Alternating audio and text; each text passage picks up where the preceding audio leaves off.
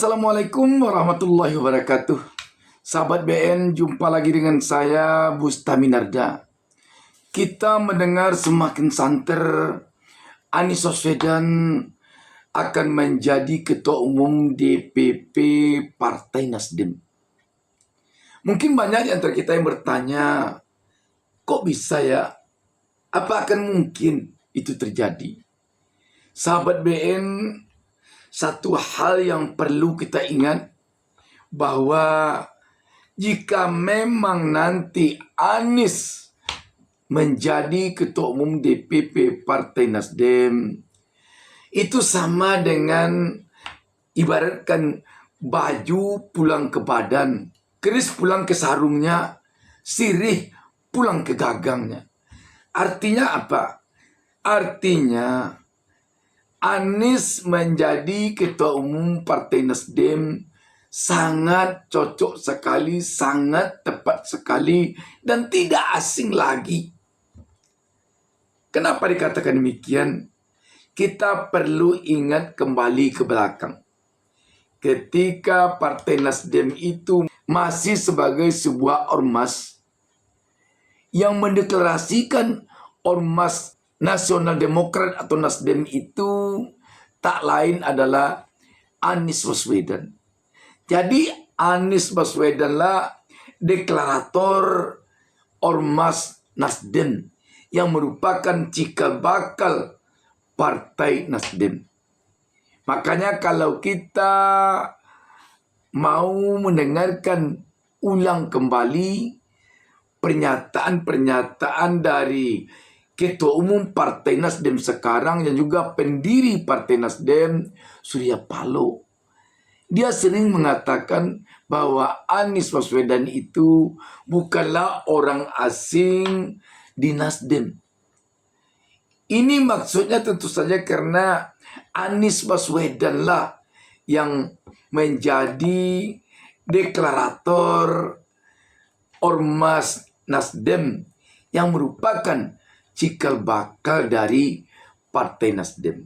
Jadi sahabat BN, itulah alasan kita mengatakan bahwa Anies Baswedan jika nanti menjadi Ketua Umum DPP Partai Nasdem bukanlah hal baru, bukanlah mencengangkan, dan bukanlah yang patut mencengangkan.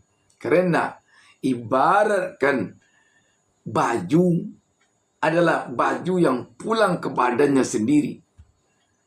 Sahabat BN, sekali lagi, memang kita mendengar sekarang santer sekali informasi yang berkembang di tengah-tengah publik bahwa Anies Baswedan kemungkinan besar akan menjadi Ketua Umum Partai Nasdem menggantikan Surya Paloh.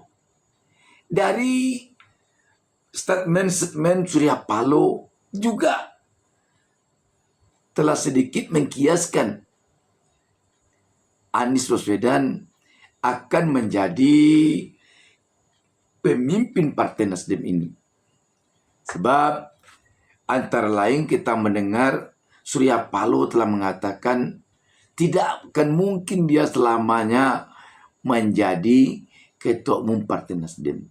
Ini tentu saja bagi publik bisa jadi suatu pertanda bahwa Surya Paloh telah berpikir untuk orang yang akan menggantikannya sebagai Ketua Umum Partai Nasdem. Ketika menyebut anaknya Surya Paloh, dia malah mengatakan anaknya itu masih dalam proses. Berarti untuk 1-2 periode ke depan mungkin belum akan anak Surya Paloh yang akan memimpin Partai Nasdem ini. Kalau tidak itu siapa? Maka publik sekarang ini tampaknya tertuju pandangannya kepada Anies Baswedan. Bagaimana kalau Anies Baswedan yang memimpin Partai Nasdem ini nanti, kira-kira bagaimana perkembangan Partai Nasdem nanti? sangat besar kemungkinan Partai Nasdem akan semakin berkembang pesat. Kenapa demikian? Kita telah melihat rakyat yang merupakan pengikut Anies Baswedan di Republik ini bukan tanggung-tanggung. Tetapi kalau menyebut ke arah itu, kita tentu ingat lagi fenomena yang terjadi pada Pilpres baru lalu. Apakah dugaan kecurangan? Apakah dugaan permainan kotor? Apakah dugaan permainan yang terjadi di Mahkamah Konstitusi? Kita tentu sulit menyebut hal itu.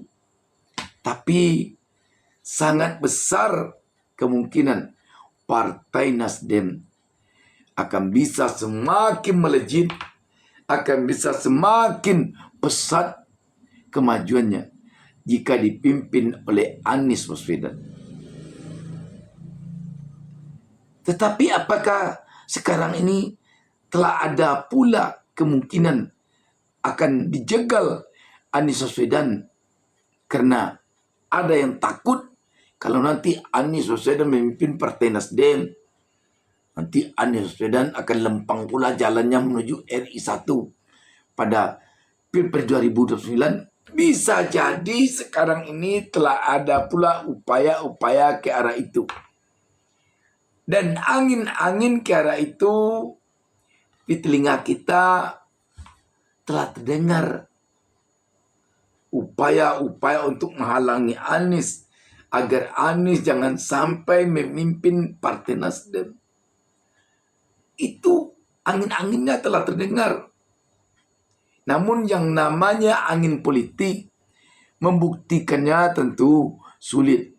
Tapi setidaknya upaya-upaya ke arah penjagalan Anies untuk memimpin Partai Nasdem tentu saja tidak dapat ditutup kemungkinannya bahwa sekarang ini telah mulai terjadi upaya untuk menghentikan langkah Anies maju ke Nasdem. Bukan saja upayanya dengan cara menjegal Anies, tetapi bisa jadi melalui cara mendekati Surya Paloh. Bisa jadi demikian. Pertama, mungkin Surya Paloh didekati secara baik-baik. Janganlah Anies menjadi ketua umum. Janganlah Anies menjadi ketua umum Partai Nasdem, Pak Surya atau Bang Surya.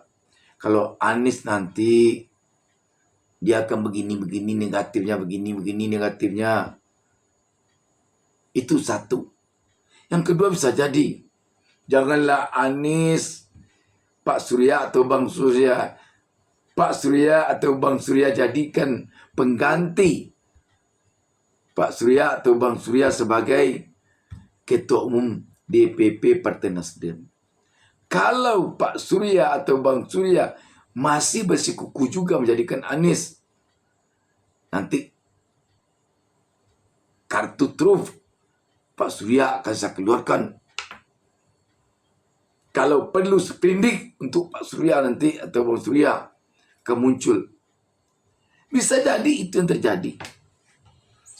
Tetapi kita yakin seorang Surya Paloh tidak mudah menggoyahkan pendiriannya. Tidak mudah. Sahabat BN, kita tentu menunggu apakah Anies akan menjadi ketua umum Partai Nasdem, ataukah Anies akan mendirikan partai baru, baik namanya Partai Perubahan atau nama yang lain. Kita tunggu sahabat BN. Demikian, wassalamualaikum warahmatullahi wabarakatuh.